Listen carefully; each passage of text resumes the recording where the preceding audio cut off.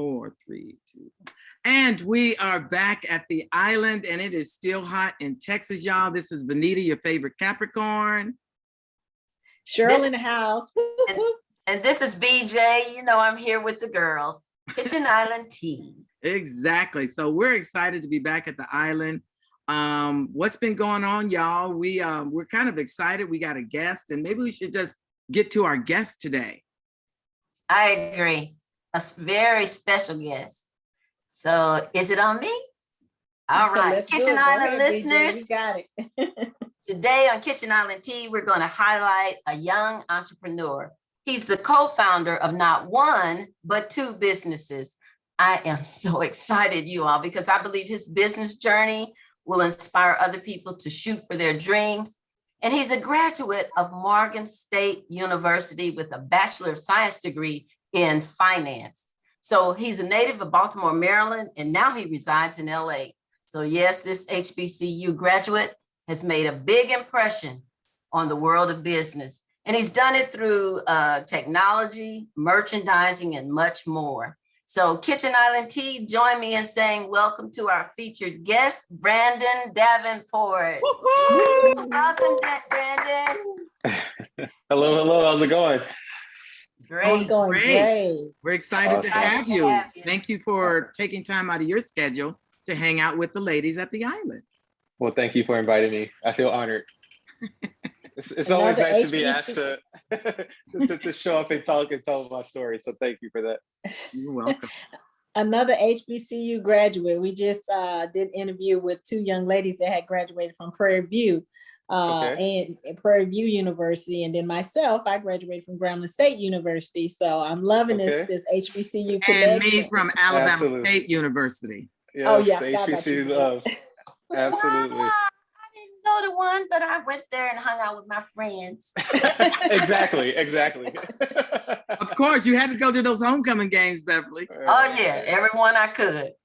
Halftime and then the step show. Woo, and the drum line. Let's make it happen. So Brandon, I do have a question for you. We want to know a little bit more about your business and the products and services that you offer. Yeah, so the name of the company is Baobab, and we sell performance luxury. So what does that mean? So what we do is that we offer products, starting with our first product, which is the Baobab Polo shirt, that inspires our guy to feel good, look good, so they can focus on dominating their hustle, right? Accomplishing the things that they want in life. And so the idea for our polo shirt came about living in New York City a few years ago. I chose the polo style shirt as like my go-to, product, right? Like or a clothing item, because I could wear it to work, I could wear it after work. It was super versatile. And I didn't want to have to think about what I was gonna wear, right? Like I just knew that I had my go-to item, but also like I had to look good, right? Like that was important for me. And so but what I quickly realized was that it didn't matter if I bought a $20 shirt from, let's say, like H&M or a $200 shirt from Burberry, right? They would all fail in the same way when I wore it and washed it a few times. Mm-hmm. And so I connected with my now business partner, best friend. We actually ran a business together years and years ago that we sold. I asked him, just not even thinking about a business idea. I just wanted to know, did he know of any polo shirts that would last, right? Like, did he know of any clothing? So just from a quality perspective. And he kind of shared the same issues that I was facing. And so out of that conversation, it was sort of like, why don't we try to figure this out ourselves? Like, can't we look at creating the perfect polo? And that's what we did. Awesome. Wow, The perfect polo. Yeah, that was a great start. Just looking for the perfect polo. Looking for the perfect polo. All right. Well, I'm a merchandiser, and I used to buy it for Dillard. So my thing is sort of looking at the merchandise arena. What's your target market, and why did you select this market? I know you're high end, or I'd say middle high end. So tell me what's your target market and why you selected that market. Yeah. So, I mean, our customers are generally professionals, right? On the higher income scale, like they're not they like classic sort of pieces, right? They're not looking for like trends and so forth. Right. So again, something where, you know, functionality matters, right? So they want to, but they also need to look good, right? And so with that perfect blend, so when we think about like our what we see as our customer generally, it's going to be the guy that's 35 plus, again, professional, will usually make and I don't like to put an income number because you can explore and buy our products like regardless of income, but they're generally going to just be on the higher, you know, income, so just based on their profession. But you know, again, it doesn't really matter there, but we see, you know, it runs the gamut in terms of our customers, you know, professional business owners, you know, doctors, lawyers, realtors, real estate brokers. It truly runs the you know, the list of the types of folks that wear our shirts. So Awesome. yeah. Awesome. So how do you advertise your product to everyone? Since now we know your target market, but how do you advertise? How are you getting the word out? Yeah. So you know, we primarily focus on like digital marketing efforts. So, you know, in terms of like finding new customers out there, it's going to be, you know, buying paid like social media ads on Facebook and Instagram.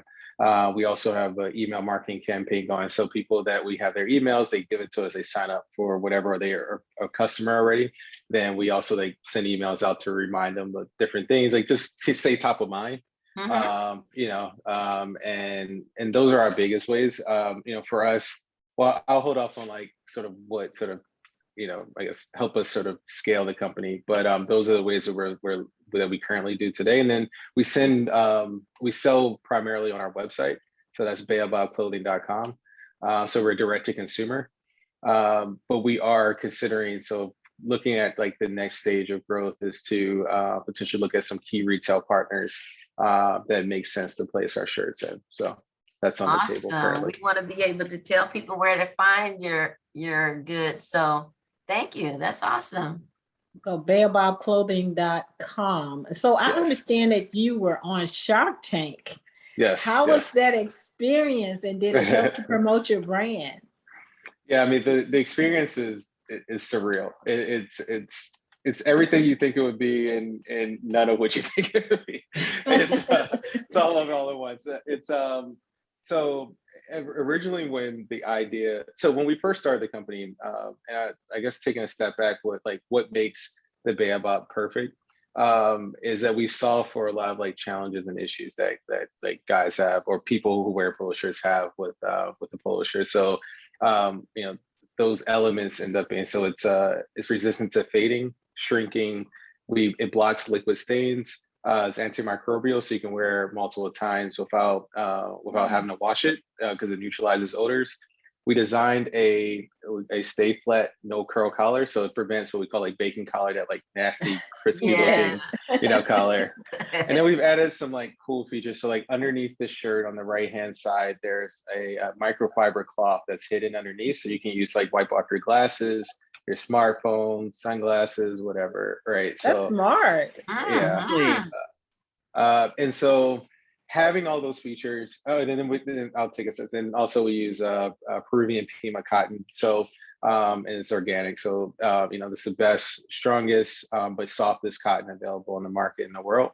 And so, you know, having all those features and functions, you know, when we first started selling, we would go to like pop-up markets and shows to like, you know, just get really face-to-face feedback from our customers. And everyone would always say, oh, you guys need to go on Shark Tank. You guys need to go on Shark Tank. and we're like, no, like to us, you know, we just thought it was corny, right? Like we were just like, no, I don't like, why would we ever go on Shark Tank? No way. Like it felt like in our minds, it felt like a gimmick, right? It felt like, and we didn't want our, you know, our first product to be looked at as a gimmick. In our mind, that's what we were thinking, right?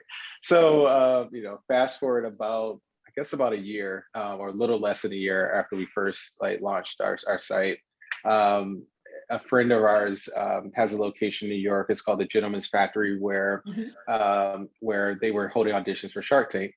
And he invited us, say, hey, you know, you guys should come to this audition. And we were like, no, we're not. We're like, you know, but you know, Jeff is such a good guy. Like, you know, so Marcella is my business partner. We were Like, let's just show up. Let's just go there. Like, we don't have to, we'll just go because Jeff invited us.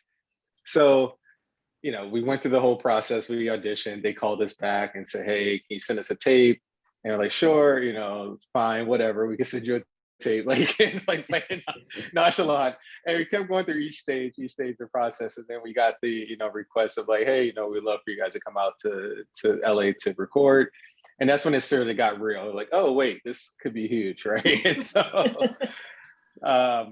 so we recorded our episode on, it was I think it was like July or June of 2019.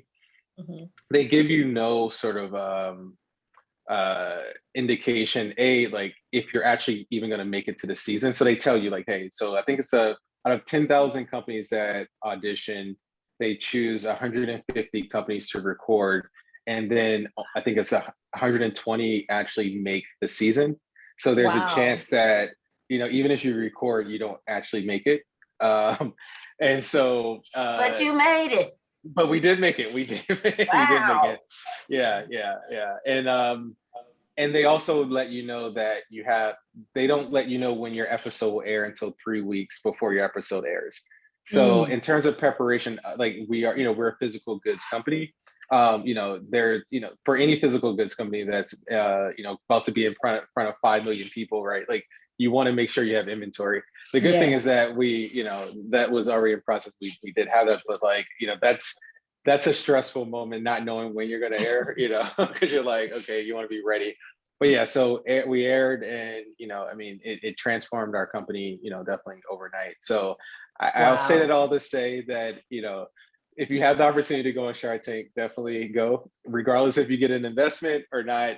The exposure is, it's second to none. You're in front of 3 million people plus, depending on, how well your episode does. And they run it multiple times a year, and it's a great opportunity that you don't have to pay for, right? So, wow. So did any sharks invest in your company? so we did not get a shark, but we got thousands of customers. So it was worth it. It was worth it. So absolutely. Awesome. Yeah, they didn't want to start competing against their friends, that design Azad and Polo. Right. Yeah, no, that was actually brought up in I think one of the sharks that invested like in a clothing brand that like the year before that, he was like, I can't add this to my portfolio but I will say this, I don't know if we actually went on there with the full intention of wanting necessarily the shark. Like, that wasn't the big thing. I think the exposure was like really what we were going for. I mean, I think if there was a deal that made a lot of sense, like, sure, like, but the exposure alone is definitely worth it. And an opportunity to share what you're doing, with the world. It's, it's a great opportunity. Awesome. And it makes for good that's TV. Exciting. Yes, that's exciting.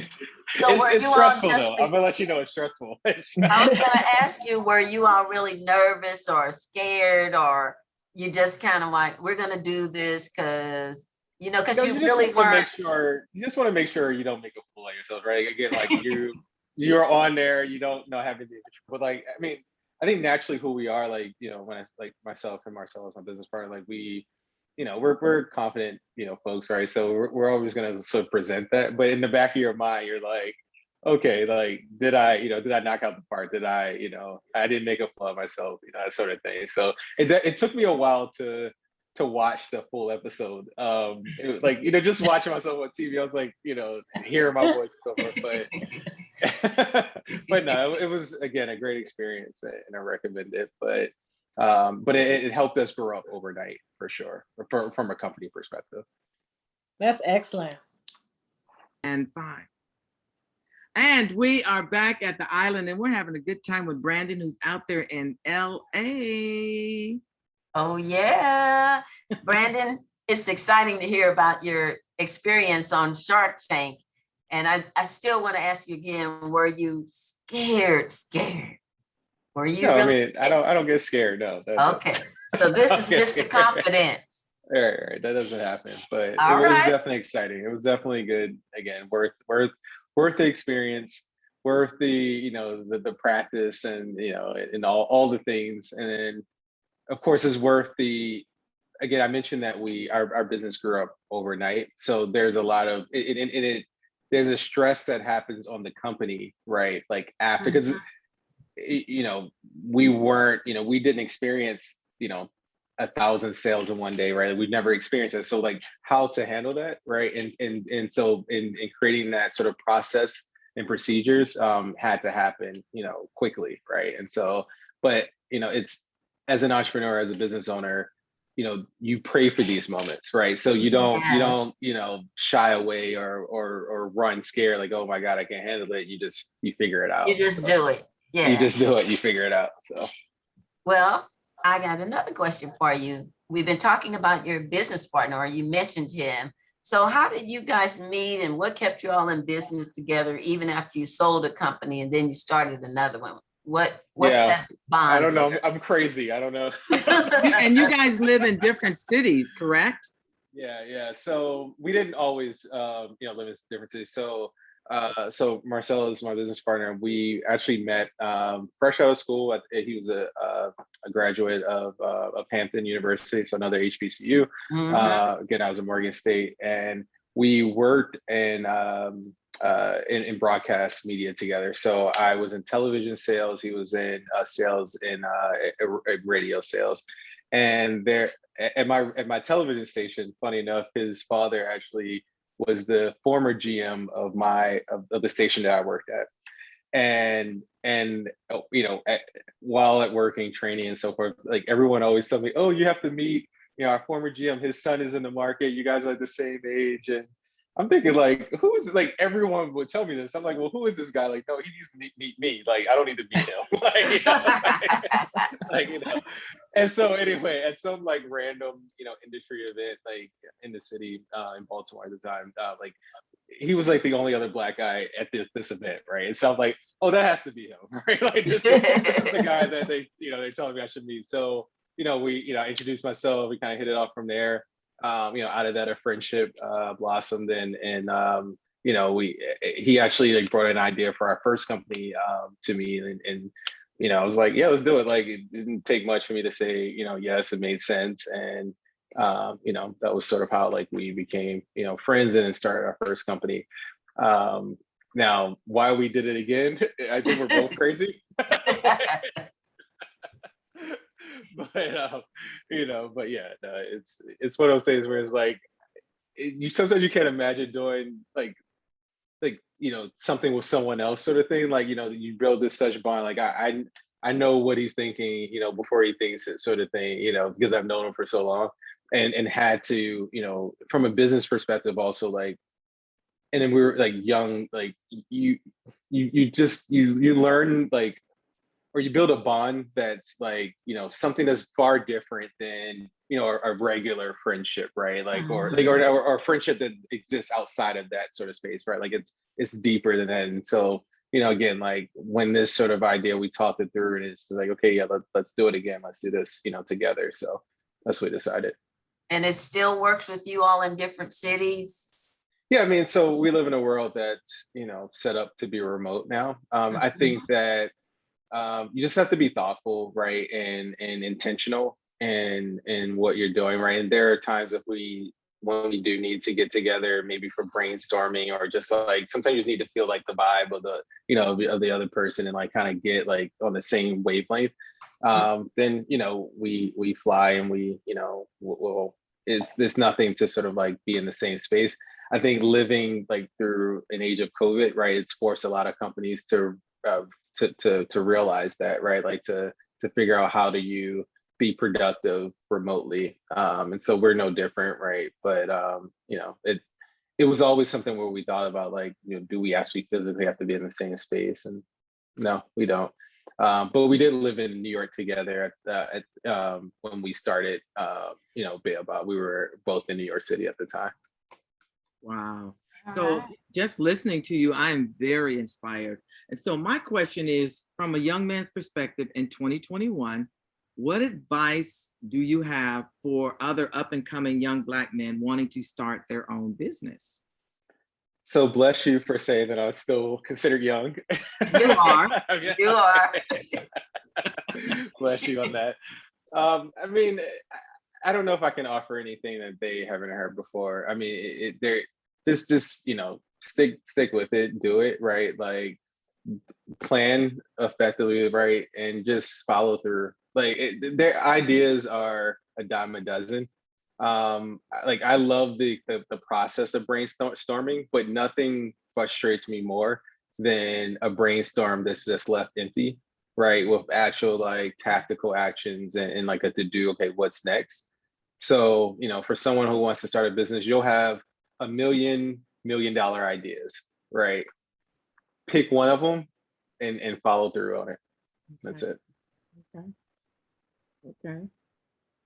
I love that answer. Yeah. Thank you. I love that answer. Just I do pick too. one and follow through with it. Cause I'm Yes. like you, we got plenty of thought leaders, can we get some people that's gonna execute? Exactly. It's all Yeah. about executing. Yes, it's all about executing. So that's good that you stepped out there and got it done. So what advice would you give your younger self? So I knew that question was coming, and I was actually going to email you say I don't want that question, but I'm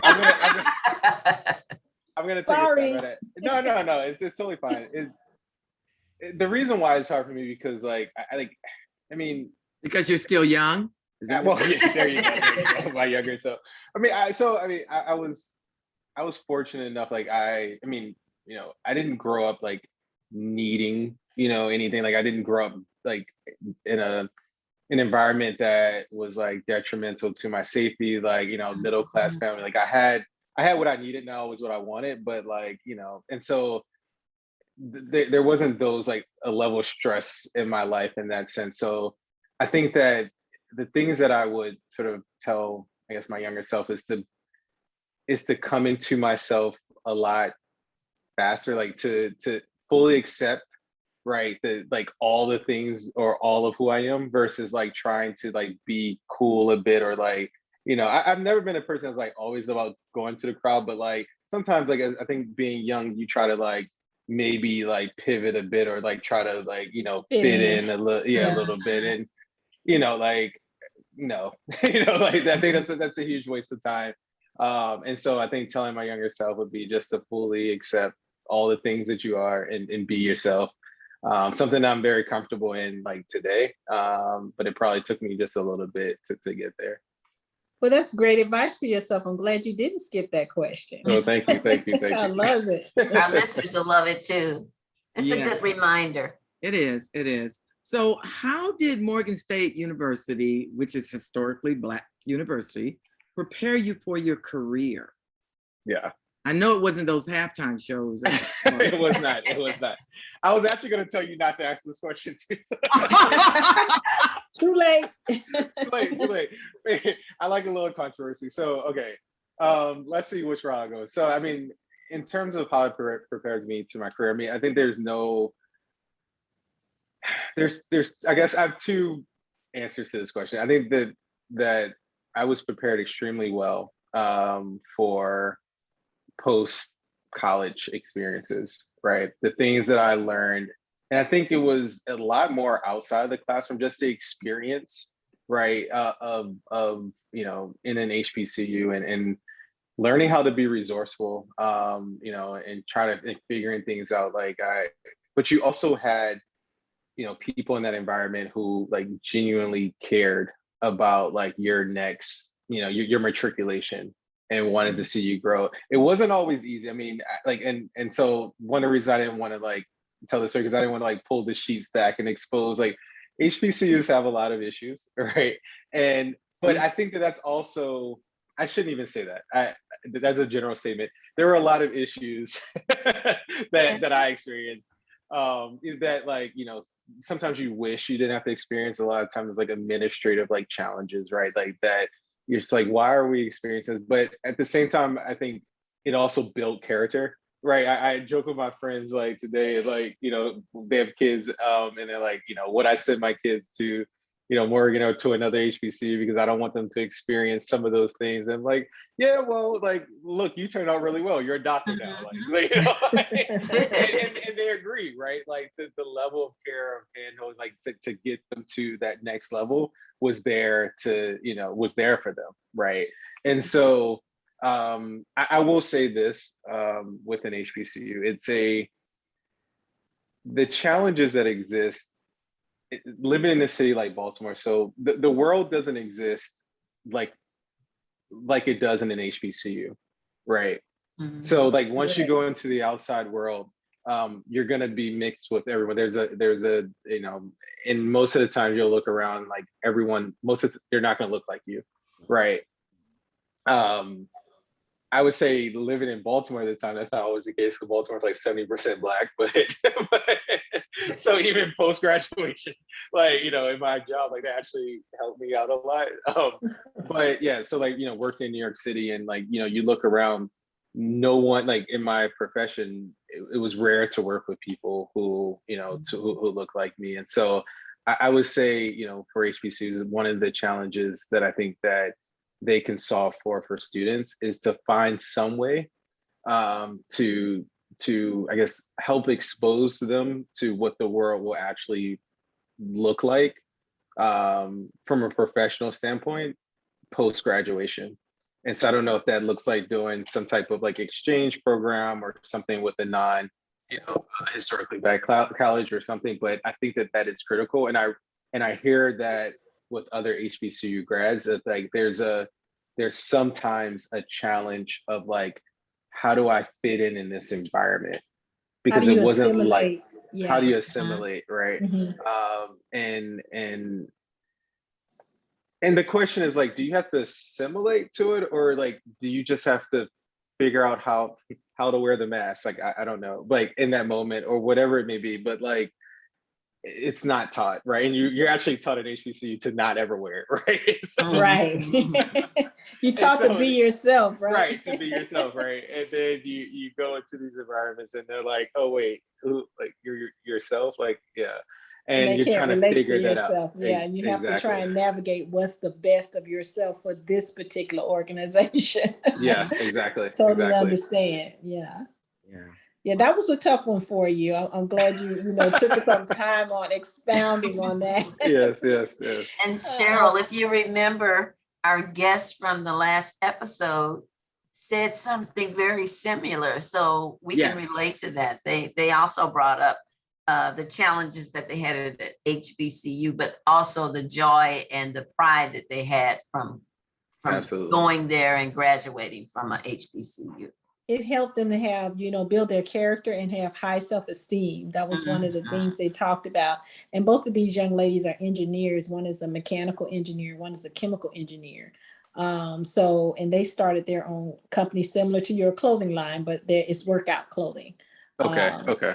Yeah. So yeah. And on the point of HBCU, so like for me, like Morgan was the legacy for me, right? So everyone who attended college and my family, from I guess generations, right? Like they attended Morgan.